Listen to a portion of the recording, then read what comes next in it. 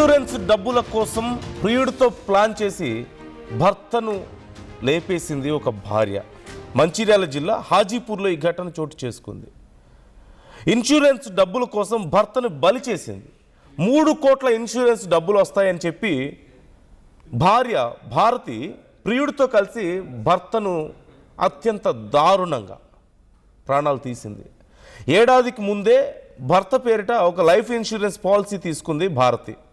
మరో వ్యక్తితో భారతికి వివాహేతర సంబంధం ఉంది. అయితే ఓవైపు వివాహేతర సంబంధానికి అడ్డున్నాడనే కోపం, మరోవైపు భర్తను లేకుండా చేస్తే ఆ డబ్బులతో బాయ్ ఫ్రెండ్తో సరదాగా ఎంజాయ్ చేయొచ్చు అన్నటువంటి ఆలోచనతో సుపారీ గ్యాంగ్కు డబ్బులు ఇచ్చి మరీ భర్తను చంపించింది భార్య. మద్యం తాగుదామంటూ పిలిచి ఇనుప సుత్తితో కొట్టి ఆ ముఠ అత్యంత దారుణంగా ఆ వ్యక్తిని హత్య చేశారు. రోడ్డు ప్రమాదంగా చిత్రీకరించేందుకు కూడా ప్రయత్నాలు చేశారు.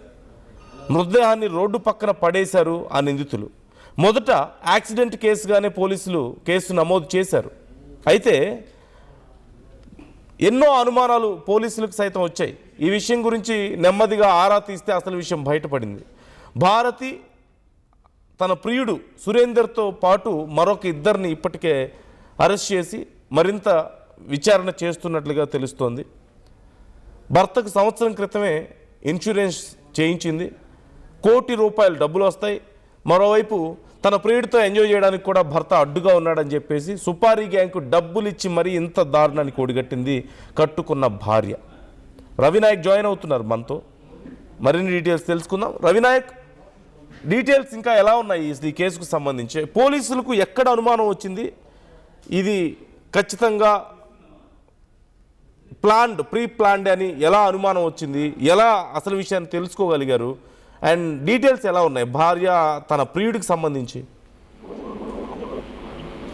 చేసినందు మనం ఒకసారి మంచిర్యాల జిల్లా హాజీపూర్ మండలంలో జరిగిన దారుణం గురించి చూసినట్టు కనుకైతే, పూర్తి వివరాలు గమనించినట్టు కనుకైతే, ప్రధానంగా 3 కోట్ల ఇన్సూరెన్స్ కోసం వివాహేతర సంబంధం పెట్టుకున్న భార్య భారతి ఈ ఘాతకానికి ఒడికట్టింది. ఇదంతా కూడా మంచిర్యాల జిల్లాలోనే కాక ఇప్పుడు తెలంగాణ రాష్ట్రంలో కూడా కొంత చర్చనీయాంశంగా మారినట్టు మనకు స్పష్టంగా కనబడుతుంది. మనం ఒకసారి చూసినట్టు కనుకైతే, గత కొద్ది రోజుల క్రితం తన ఎవరైతే చనిపోయిన భర్త ఉన్నాడో భర్తతో ఫ్రెండ్షిప్ చేసింది హాజీపూర్ మండలం, మంచిర్యాల జిల్లా హాజీపూర్ మండలం ములకాల గ్రామానికి చెందిన ఈ భారతి అనే దంపతులు ఇద్దరు కూడా వివాహం జరిగింది. వివాహం జరిగిన తర్వాత కొన్ని రోజులు బాగానే ఉన్నారు. అనంతరం తనకి ఎవరైతే ఒక స్నేహితుని దగ్గర డబ్బులు తీసుకొని ఆ డబ్బుల కోసం తరచూ రావడం, అది కాస్త పరిచయంగా ఏర్పడడం, పరిచయం కాస్త ఆ వివాహేతర సంబంధంగా మారడం ఆ చర్చనీయాంశంగా మారింది. అది కాస్త ఆ ప్రీ ప్లాన్ గా భారతి సురేందర్ మధ్య వివాహేతర సంబంధం అనంతరం నేరుగా ప్లాన్ చేశారు. ప్లాన్ చేసి కొంత ఇన్సూరెన్స్ చేయాలనే ప్రీ ప్లాన్ గా ప్లాన్ చేశారు. సంవత్సరం క్రితం దాదాపుగా ₹3.5 కోట్ల ఇన్సూరెన్స్ చేశారు. దాంట్లో ఎల్ఐసితో పాటు మరికొన్ని శ్రీరామ్ కావచ్చు, ఇలా కొన్ని సంస్థలతో ఇన్సూరెన్స్ అనంతరం ఇన్సూరెన్స్ తర్వాత ఫ్రెండ్స్ తో కలిసి సుపారీ గ్యాంగ్ ను మాట్లాడారు. సుపారీ గ్యాంగ్ ను మాట్లాడిన అనంతరం కొంత ముందుగానే ₹50,000 ఇచ్చినట్టు ప్రాథమికంగా పోలీసుల విచారణలో తేలింది. అనంతరం అక్కడి నుండి ఆ సుత్తితో నేరుగా ఎవరైతే భర్త ఉన్నాడో భర్తను హత్య చేసినట్టు చాలా క్లియర్, సాయిని కుమార్ను హత్య చేసినట్టు చాలా స్పష్టంగా పోలీసులు వాళ్ళ విచారణలో చేరారు. అయితే ఇది కేసును ఎలా ఛేదించారనేది కొంత చాలా చర్చనీయాంశంగా మారింది. అయితే ఎప్పుడైతే యాక్సిడెంట్ కేసు అని ఫోన్ వచ్చిన అనంతరం ఆ పరిస్థితులన్నీ గమనించిన అనంతరం వెంటనే పోలీసులు యాక్సిడెంట్ కేసు నమోదు చేశారు. కేసు నమోదు చేసిన అనంతరం దర్యాప్తు చేసే ప్రయత్నంలో ముందుకు వెళ్లారు. గుడిపేట పోలీసులతో పాటు ఈ అంశంపై ఉన్నతాధికారులకు కూడా కొంత అనుమానం వచ్చింది. ఎప్పుడైతే ఈ చనిపోయిన సాయిని కుమార్ను కరీంనగర్ ఒక ప్రైవేట్ ఆసుపత్రి తరలించారు. కరీంనగర్ ప్రైవేట్ ఆసుపత్రిలో చికిత్స పొందుతూ తను మృతి చెందిన తర్వాత పోలీసులు టెక్నికల్ ఎవిడెన్స్ కోసం చాలా సీరియస్ గా ప్రయత్నం చేశారు. టెక్నికల్ ఎవిడెన్స్ లో హాజీపూర్ సమీపంలో యాక్సిడెంట్ ఎప్పుడు జరిగింది, ఏ సమయానికి జరిగితే ఆ సమయంలో ఏ వాహనాలు వచ్చాయి, వాహనాలు వస్తే ఎటు నుంచి ఎటు వెళ్ళాయా అనే కోణంలో కొంత చాలా సీరియస్ గా సీసీటీవీ ఫుటేజ్ ను సేకరించే ప్రయత్నం చేశారు. మంచిర్యాల నుంచి మొదలుకొని హాజీపూర్ అనంతరం లక్షడిపేట ఇలా సీసీటీవీ ఫుటేజ్ ను సేకరించే సేకరించిన అనంతరం కొంత భారీ వాహనాలు ఇటువైపు ఏదైనా వెళ్ళాయా, వాహనాలు వెళ్తే ఏదేది వెళ్ళిందనే కోణంలో పోలీసుల విచారణ అనంతరం వెంటనే అనుమానం వచ్చిన తర్వాత పోలీసులు విచారణ వేగవంతం చేశారు.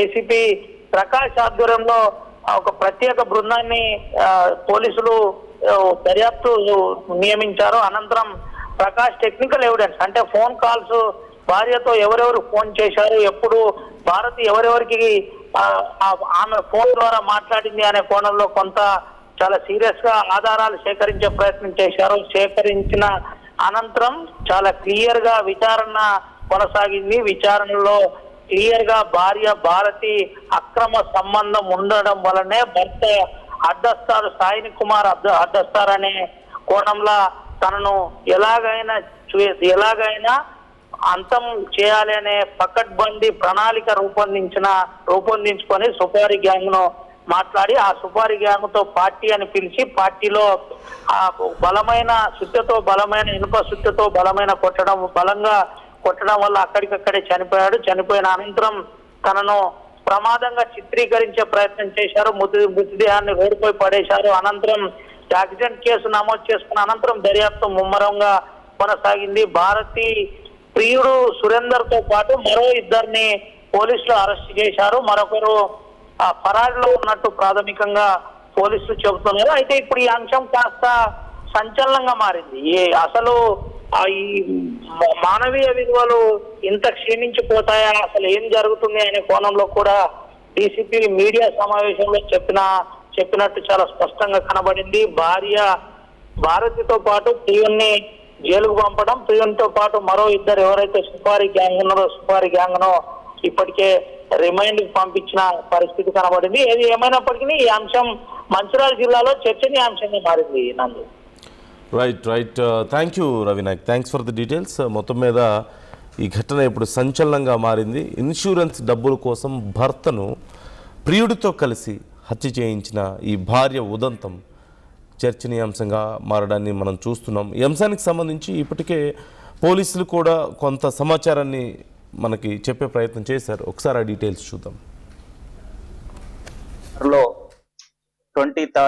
22nd and 23rd intervening night సాయిని కుమార్ అనే వ్యక్తి యాక్సిడెంట్ నెపంతో గురి కావడం జరిగింది. అతని సంబంధించిన వివరాలు నిందితులని ఈరోజు ప్రెస్ ముందు ప్రవేశపెడుతున్నాము. దాంట్లో సాయిని కుమార్ తండ్రి పేరు సత్తయ్య. ఇతను 22nd నైట్ ఇంట్లో నుంచి వెళ్ళిపోయి రాత్రి 1 o'clock ప్రాంతంలో 23rd అతను రోడ్డు మీద బైక్ మీద యాక్సిడెంట్ అయ్యి పడిపోయి ఉన్నాడని వాళ్ళ కుటుంబ సభ్యులకు అండ్ పోలీసుకు సమాచారం వచ్చింది. ఇమీడియట్లీ నైట్ డ్యూటీలో ఉన్న ఆఫీసర్ అతని యొక్క అప్పటికి ప్రాణంతో ఉన్నాడు, అతన్ని కరీంనగర్ హాస్పిటల్ షిఫ్ట్ చేయడం జరిగింది. ఆ క్రైమ్ సీన్ పరిశీలించి inspector Ravinder and SI Kiran Kumar చూసిన తర్వాత ఆ కేసు పట్ల కొద్ది అనుమానాస్పదం ఉండే. దాంతో పాటు అదే సమయంలో ఉదయం 23rd మార్నింగ్ అతను కరీంనగర్ హాస్పిటల్లో అండర్ గోయింగ్ ట్రీట్మెంట్ లో అని మాకు సమాచారం రావడం జరిగింది. విచారణ చేసి మృతుని యొక్క తల్లి కాంప్లైంట్ ఇచ్చింది. ఆ కాంప్లైంట్ ప్రకారము అండ్ ప్రాథమిక సీన్ అబ్జర్వ్ చేసిన దాని ప్రకారము అది యాక్సిడెంట్ కాదు అని ప్రాథమికంగా అవగాహనకు వచ్చి కేసుగా ఎఫ్ఐఆర్ చేయడం జరిగింది. దానిలో భాగంగా ఏసీపీ మంచిర్యాల ప్రకాష్ ఆధ్వర్యంలో దాదాపు 4 టీమ్స్, ఒక CCTV cameras checking teams and technical evidences teams, human intelligence village లో మృతుని విలేజ్ లో ఉన్న విషయాల గురించి అండ్ డాక్యుమెంటేషన్ టీమ్స్ 4 టీమ్స్ ఏర్పాటు చేసి ఈరోజు ఈ కేసుని డిటెక్ట్ చేయడం జరిగింది. ఈ డీటెయిల్స్ ఏంటంటే మృతుడు సాయిని కుమార్, తండ్రి పేరు సత్తయ్య. ఇతను గుడిపేట R&R కాలనీలో ఉంటారు. ఇతనికి భార్య, 2 పిల్లలు ఉన్నారు. ఇతని భార్య పేరు A3 సాయిని భారతి. ఈమెకు ఇతని భార్యకు ప్లస్ A4 లగ్శెట్టి సురేందర్, తండ్రి పేరు రామకృష్ణయ్య, ఇతను కూడా R&R కాలనే. ఇతని మృతుని యొక్క భార్యకు A4 కు అక్రమ సంబంధం ఉంది. వాళ్ళు కంటిన్యూషన్ ఫోన్ మాట్లాడుకోవడం, ఈ విషయం తెలిసి మృతుడు భార్యని మందలించడము, కొట్టడము జరుగుతుంది. అదే సమయంలో A1 రామ్ మల్లేష్ అనే అతను వాళ్ళ ఊరికి చెందిన వాడే, గుడిపేటకు సంబంధించిన అతను. ఈ మృతుడు అతని దగ్గర అంతకుముందు ఒక 60,000 రూపాయలు అప్పు తీసుకోవడము, అప్పు ఇవ్వకపోతే ఇంటికి రావడం కూడా జరుగుతుంది. ఆ సందర్భంలోనే ఈ A3, A4 మృతుడి యొక్క భార్య అండ్ మృతుడి భార్యకున్న అక్రమ సంబంధం ఉన్న వ్యక్తి వీరు ఒక ప్లాన్ చేసుకొని ఇతను ఇట్లనే నన్ను కొడుతున్నాడు, ఇబ్బంది పెడుతున్నాడు, అతన్ని ఎలిమినేట్ చేయడం కోసము ఎవరు సరైన వ్యక్తి ఉన్నారనే క్రమంలో A1 ఇంటికి రావడము, డబ్బుల కోసం అడుగుతుంటే ఈ A3 మృతుడు భార్య మా ఆయన నీకు డబ్బులు ఇస్తా అని ఆమె చెప్పడం జరుగుతుంది. ఆ ప్లానింగ్ లో భాగంగానే ఈ A1 Mallesh and A2 Sriram Kumar, ఇతను కూడా మేస్త్రి, వీళ్ళిద్దరు మేస్త్రి పని చేస్తారు. మనకు ఒక అతన్ని డబ్బులు ఇస్తా అన్నారు అని చెప్పి వీళ్ళిద్దరు మాట్లాడుకుంటారు. ఈ క్రమంలోనే తో పాటు 10 లక్షలు ఇస్తా అని, సుఫారికి ఇస్తా అని భార్య చెప్తుంది. దాంట్లో 2 లక్షలు ఇచ్చిండ్రు. బ్యాంకులో గోల్డ్ కుదబెట్టి తీసుకొచ్చి వీళ్ళకి డబ్బులు ఇచ్చారు. ఇంకా వీళ్ళకు 10 lakhs ఇస్తామని చెప్పడం జరిగింది. ఎట్లా అని అంటే LIC అతని రోడ్ యాక్సిడెంట్ గా చిత్రీకరిస్తే డబ్బులు crores of rupees వస్తాయి, మేము అవి చేసినాము, అందులో కూడా మీకు వాటా ఇస్తామని A1 కు A2 కు చెప్పడం జరిగింది. దానిలో భాగంగానే 2025 జనవరి నుంచి, లాస్ట్ ఇయర్ నుంచి వీళ్ళు ప్లానింగ్ లో ఉన్నారు. అప్పటి నుంచి ఇవి LIC గుర్తుల మీద చేయించిన ఫామ్స్ దాదాపు ఈమె వివిధ మార్గాల ద్వారా LIC కట్టడానికి కానివ్వండి, ఇవన్నిటితోటి దాదాపు 1.5 crore వరకు నార్మల్ వస్తుంది. యాక్సిడెంటల్ 3 crores వరకు ఇన్సూరెన్స్ వచ్చే అవకాశం ఉండేటట్లు చేసినారు. అన్నిటికీ రైడర్ బెనిఫిట్ కోసము చేసినారు. ఈమె ఊళ్ళో కానీ సరౌండింగ్స్ లో అండ్ లోన్ యాప్లలో కూడా దాదాపు 15 లక్షల వరకు అప్పులు చేసినది. ఆ అప్పులు చేసి ఇటు డబ్బులు ఇవ్వడము ప్లస్ ఈ ఇన్సూరెన్స్లు కట్టడం ఇవన్నీ చేసినది. ఈ ముఖ్యంగా అక్రమ సంబంధం నుంచి బయటపడము, భర్త ద్వారా అక్రమ సంబంధం నుంచి అతను కొట్టడం బాధపోతుంది. అదే సమయంలో వాళ్ళిద్దరు A3, A4 హ్యాపీగా ఉండొచ్చు. పైగా మృతుల్ని యాక్సిడెంట్ గా చిత్రీకరించడం తోటి 3 కోట్ల రూపాయలు వస్తాయనే దుర్బుద్ధితోటి చేసినాం. ఈ రోజు వీళ్ళని మంచిర్యాలలో అరెస్ట్ చేసి కోర్టు ముందు ప్రవేశపెడుతున్నాం. ఈ కేసులో ఇంకా పూర్తి విచారణ చేయాల్సిన ఉంది.